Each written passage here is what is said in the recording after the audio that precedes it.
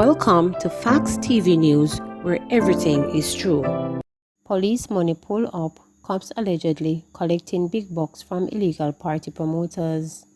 Illegal party promoters have allegedly been shelling out big bucks to police officers to allow the underground events to continue in contravention of the Disaster Risk Management Act (DRMA). It is understood that some cops, instead of shutting down the parties when they patrol the venues, are given up to $60,000 and sometimes food and liquor to bypass the events. Under the DRMA, parties, dances, and other entertainment events are banned as part of the government's measures to contain the spread of COVID-19. This has led to some entertainment organizers using sophisticated and creative means to host events illegally. Some have lockout men watch for when the cops are coming and turned off the sound system if they do. Some have literally gone to underground of buildings, while others use Bluetooth technology at their venue so no noise is heard. The promoters, with whom spoke with reporters, chose to remain anonymous for fear of reprisal. One said he had to fork out at least $20,000 each to 4 cops who turned up at his party in St. Catherine. He said the cops ensure that other police personnel did not come to the area. Another said 2 cops visited his venue when the bulk of patrons had not arrived. "Me never get no big money yet, so me give them $4,000 apiece and 2 food and some liquor," he said. One shared his not too pleasant experience. He is convinced a policeman took his money, but then after leaving, called other cops to shut down his party. He said he knows policemen who routinely keep parties which are never shut down. But MacArthur Sutherland, Assistant Commissioner of Police in charge of the Inspectorate and Professional Standard Oversight Bureau, which investigates police misconduct, reported that the agency has never heard of such allegations, as no formal reports have been made. ACP Sutherland said his department is willing to act if they get credible intelligence. "I encourage the affected parties to come forward. I would also encourage them that before they make any arrangement or agreement to let us know beforehand, because we would know how to handle the information and the situation. I am not saying that if they come after we will not investigate," he said. 2 years ago, a tip line was established by the Inspectorate for members of the public.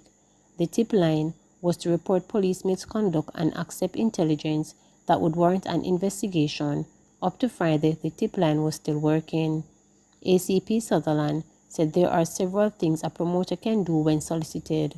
They can make a call, they can send a message, they can take images, which can be used to support their report, such as license plates, vehicle numbers, or other identifying factors, he suggested. The ACP said, with the ongoing pandemic, one critical point must be made. "The most important point I would like to make is that people planning and those attending these parties are in breach of the law and should desist," he said. "They should not be considering these unapproved events, but should be helping to protect themselves, their families, communities, and country." Minister of Local Government and Rural Development Desmond McKenzie, speaking at a meeting in St. Elizabeth, said more than 600 illegal parties were held island-wide last July after Prime Minister Andrew Holness announced protocols for the reopening of the entertainment sector. Last December, the Jamaica Constabulary Force said less than 2 days after asking people to report unauthorized parties and events, the cops received more than 130 tips. No disrespect. Come out of my car, Nuggerhead St. Catherine taxi driver Patrick King demands honesty and respect from his passengers. Being a taxi driver guarantees that he will often butt heads with passengers. However, when he comes face to face with what he describes as disrespectful people, King holds no punches and immediately demands that they leave his car. "Me rather stop and let them off.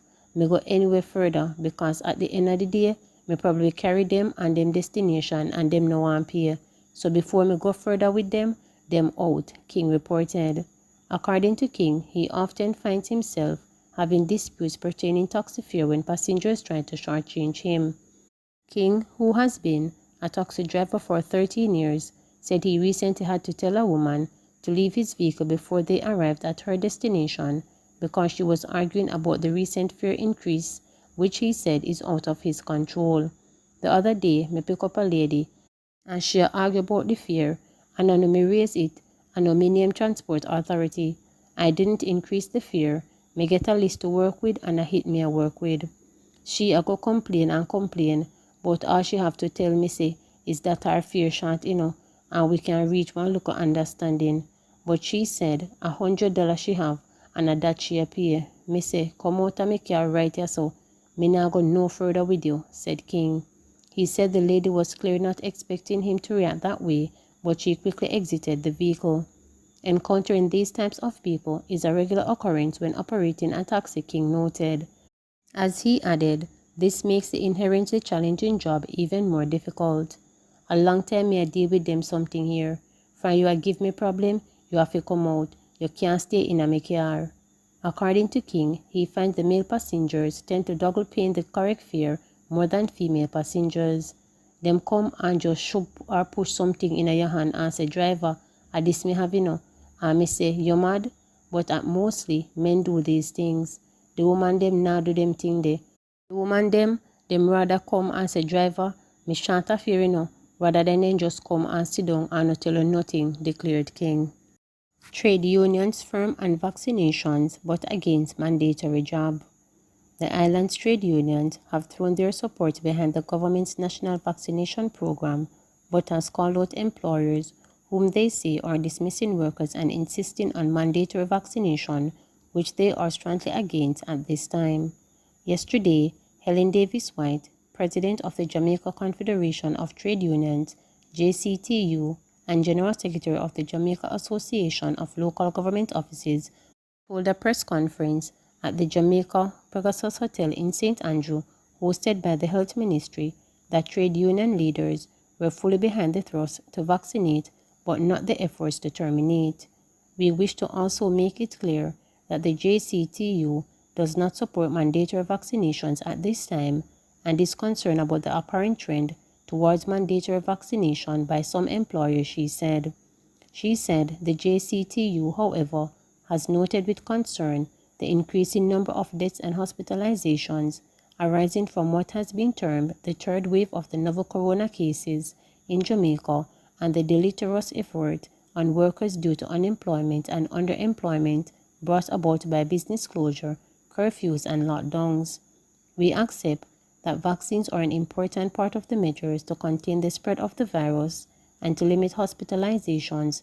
We accept that, while vaccine does not provide immunity, they do prevent severe illness, hospitalization, and death if one is infected with the virus, she stated, noting that the JCTU was very concerned about the level of hesitancy and low uptake of the COVID-19 vaccines. She said the JCTU, in discussion with its members, found that the hesitancy is due in large part of the inaccessibility of the vaccines and inadequate information to combat the constant stream of the falsehood and half-truths being bandied about, particularly on social media. She said this is why the JCTU has partnered with the Ministry of Health to take the vaccine to workers at their places of work. Responding to query from reporters, the JCTU head said, while she was unable to say how many companies have taken this route, indications are that employers across the length and breadth of the island were leaning in that direction. That's one of the reasons why the private sector leaders, along with the JCTU, actually sat and discussed this issue, because we felt that it was important for us to have some kind of guidance and employers as to how to proceed in situations where you have employers who feel they should mandate the vaccines and where you have workers who are hesitant about taking the vaccines. So we recognize that's a real issue, but what we do not want, which is why we went the route of developing this advisory, is for there to be panic and fear, because when there is panic and fear, people react in ways that they would not normally act, and we need to ensure that at this time, we are very well reasoned in any approach to contain the spread of the virus, Davis White stated. We believe that at this point in time, mandatory vaccination is not the way to go. In our advisory that we have developed, we indicated that what needs to be done first and foremost is to engage our workers, provide them with all the information, Make sure there is accessibility, because it is our view that if you do not know what you are doing, you have broken the back of the resistance to the vaccine, she added. Addressing the issue of dismissal, she said, "Our view is that the legality of dismissing a worker for not taking the vaccine, especially in a situation where the worker contract of employment would not have spoken to them having to take vaccines in order to either get employment or remain in employment. We think employers are batting on a very sticky wicket, in our view, in trying to whether dismiss workers or take action against workers who have decided not to take the vaccine."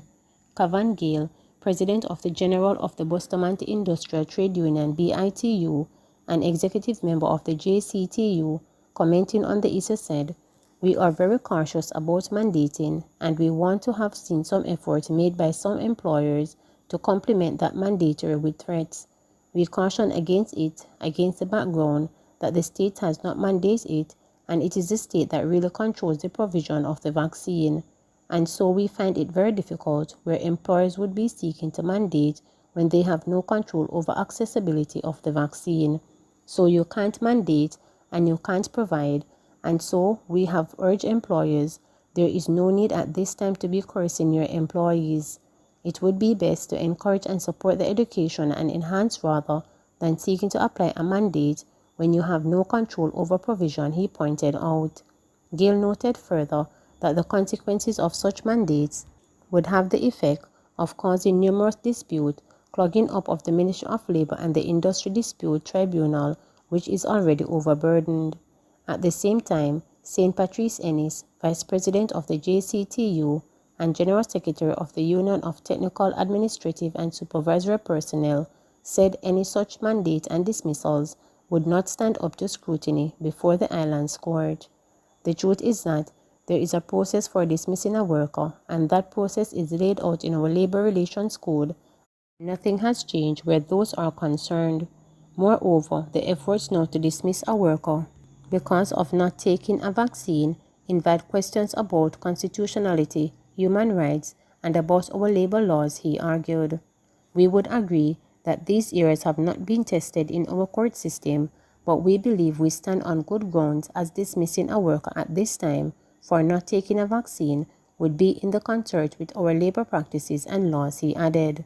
And Clifford Grant, Assistant General Secretary of the JCTU and Vice President of the University and Alley Workers Union, waded in on the discussion, said, "We are living in a society of law and order. Workers also have rights, and no one should create a situation where you are forcing somebody to put something in their body. When we have a crisis like this, you can't do things to create another dispute and tension. We have to take time out and be patient and educate the workers. Mandating and declaring and forcing workers to take the vaccine is not the way we should operate in a situation where we have a national crisis," stated Grant. Please remember to subscribe, like, share, and click the notification bell for daily updates.